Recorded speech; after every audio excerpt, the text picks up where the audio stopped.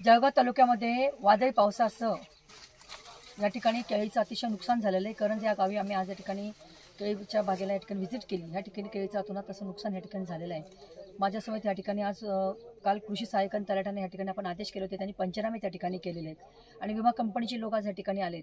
त्यांना आम्ही या ठिकाणी स्पष्ट अशा सूचना दिल्या आहेत की झाड जरी वाकलेलं असेल त्याचं मूळ हललेलं असतं, त्यामुळे ते झाड पूर्ण टिकणार नसतं आणि बागेमध्ये समजा 5-25 झाडं जरी उभे असले तर त्याचं पीक काही शेतकऱ्याला घेता येते, त्यामुळे तो पूर्ण बाग असायला त्या ठिकाणी काढावं लागतं। त्याचं अतोनात तसं सगळं नुकसान होतं आहे। तर ते पंचनामे नीट आणि व्यवस्थितरित्या करावेत आणि त्यानंतर आम्हाला करा। बऱ्याचदा शेतकऱ्यांच्या अगोदर हे लोक सह्या घेतात आणि नंतर मग ते पंचनामे त्या ठिकाणी सादर केले जातात आणि त्यामध्ये कुठेतरी मोठ्या अडचणींना शेतकऱ्याला सामोरं जावं लागतं।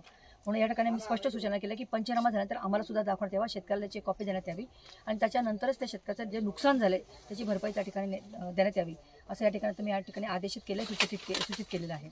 मला असं वाटतं शेतकरी हा ताट पाण्याने जर उभा करायचा असेल तर त्याच्या ह्या नुकसानाची भरपाई त्याला या ठिकाणी मिळाली पाहिजे, कारण तो कष्टाने हा बाग उभा करतो आणि ज्यावेळेला पीक येण्याच्या अगोदरच तो बाग नेस्तनाबूत होतो तर त्यावेळेला त्याचा खूप मोठं वर्षभर कसं काढावं हा त्याच्या पुढचा फार मोठा प्रश्न असतो। मला असं वाटतं की ह्या माध्यमातून आज या ठिकाणी अतोनात असं नुकसान झालेलं आहे, त्या नुकसानाची भरपाई मिळावी यासाठी मला वाटतं शासनाच्या माध्यमातून आपण नक्कीच या ठिकाणी प्रयत्न करून शेतकऱ्याला मदत कशी देता येईल यासाठी प्रयत्न करूयात।